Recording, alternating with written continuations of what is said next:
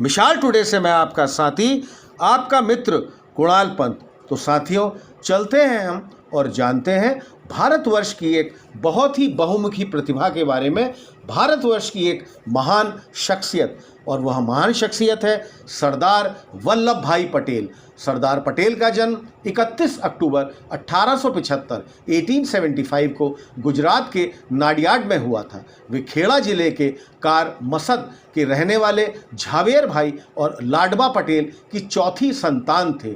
1879 में 22 साल की उम्र में उन्होंने मैट्रिक की परीक्षा उत्तीर्ण कर ली। वल्लभ भाई की शादी झाबेरबा से हुई थी। पटेल का सिर्फ 33 साल के थे तब उनकी पत्नी का निधन हो गया। सरदार पटेल अन्याय नहीं सहन कर पाते थे।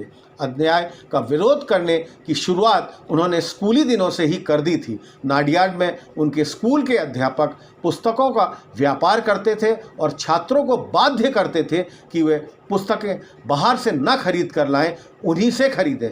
वल्लभ भाई ने इसका विरोध किया और छात्रों को अध्यापकों से पुस्तक न खरीदने के लिए प्रेरित किया।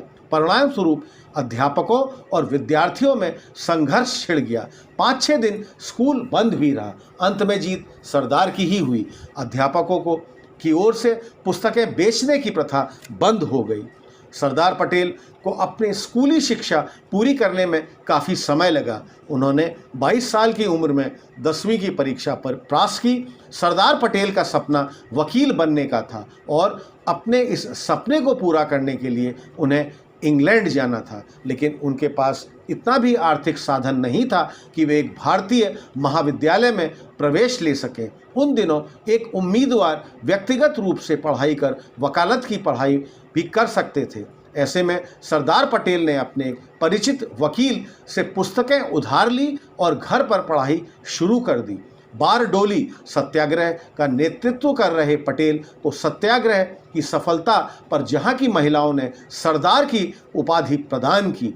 आज़ादी के बाद विभिन्न रियासतों में बिखरे भारत के भू राजनीतिक एकीकरण में केंद्रीय भूमिका निभाने के लिए पटेल को भारत का बिस्मार्क और लौह पुरुष भी कहा जाता है। सरदार पटेल वर्ण भेद और वर्ग भेद के भी कट्टर विरोधी थे। इंग्लैंड में वकालत पढ़ने के बाद भी उनका रुख पैसा कमाने की तरफ कभी नहीं गया।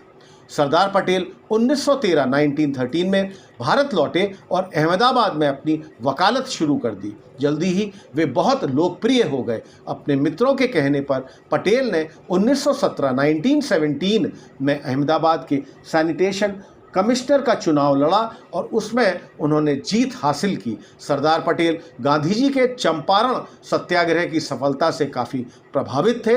1918 में गुजरात के खेड़ा खंड को सूखा पड़ा। किसानों ने करों से राहत की मांग की, लेकिन ब्रिटिश सरकार ने मना कर दिया।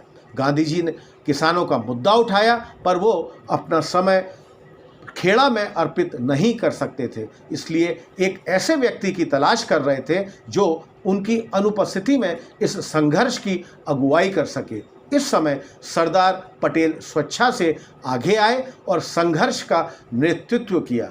गृह मंत्री के रूप में उनकी पहली प्राथमिकता देसी रियायतों राज्यों को भारत में मिलाना था।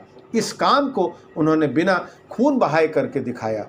केवल हैदराबाद के ऑपरेशन पोलो के लिए उन्हें सेना भेजनी पड़ी। भारत के एकीकरण में उनके महान योगदान के लिए उन्हें भारत का लौह पुरुष के रूप में भी जाना जाता है। सरदार पटेल की महानतम देन यह थी कि 562 छोटी बड़ी रियासतों का भारतीय संघ में विलीनीकरण करके भारतीय एकता का निर्माण किया। विश्व के इतिहास में एक भी व्यक्ति ऐसा न हुआ होगा जिसने इतनी बड़ी संख्या में राज्यों का एकीकरण करने का साहस किया हो। 5 जुलाई 1947 को एक रियासत विभाग की स्थापना की गई थी। सरदार वल्लभ भाई पटेल देश के पहले प्रधानमंत्री होते। वे महात्मा गांधी की इच्छा का सम्मान करते हुए इस पद से पीछे हट गए और नेहरू जी देश के पहले प्रधानमंत्री बने। देश की स्वतंत्रता के पश्चात सरदार पटेल उप प्रधानमंत्री के साथ प्रथम गृह, सूचना और रियासत विभाग के मंत्री भी थे। सरदार पटेल के निधन के 41 वर्ष बाद 1991 में भारत के सर्वोच्च राष्ट्रीय सम्मान भारत रत्न से उन्हें नवाजा गया। यह अवार्ड उनके पौत्र विपिन भाई पटेल ने स्वीकार किया। सरदार पटेल के पास खुद का मकान भी नहीं था। वह अहमदाबाद में किराए के एक मकान में रहते थे। 15 दिसंबर 1950, 15 दिसंबर 1950 में मुंबई में उनका निधन हुआ। तब उनके बैंक खाते में सिर्फ 260 रुपये ही मौजूद थे।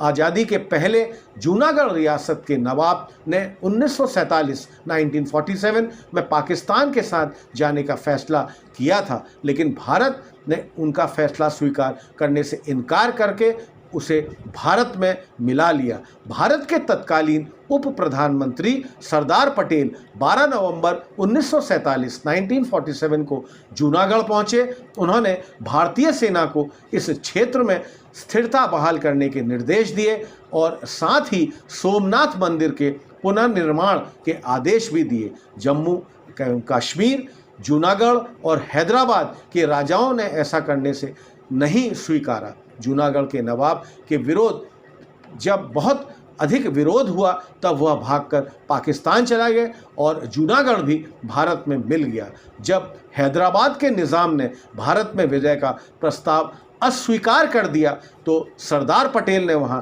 सेना भेजकर निज़ाम का आत्मसमर्पण करा लिया, किंतु कश्मीर पर यथास्थिति रखते हुए इस मामले को अपने पास रख लिया। तो साथियों, यह थी हमारी आज की जानकारी, एक बहुत ही भारतवर्ष की महान शख्सियत के बारे में, और वह महान शख्सियत थी सरदार वल्लभ भाई पटेल। साथियों, आज का हमारा एपिसोड आपको कैसा लगा? हमारे इस चैनल मिसाल टुडे को आप अधिक से अधिक संख्या में सब्सक्राइब करिए ताकि हमारे रेगुलर नोटिफिकेशंस आपको लगातार मिलते रहें। हमारे चैनल को लाइक करिए और हाँ साथियों, अपने कमेंट्स हमको आप लगातार पोस्ट करते रहिए। तब तक मैं आपका साथी, आपका मित्र कुणाल पंत, मिसाल टुडे, लखनऊ से।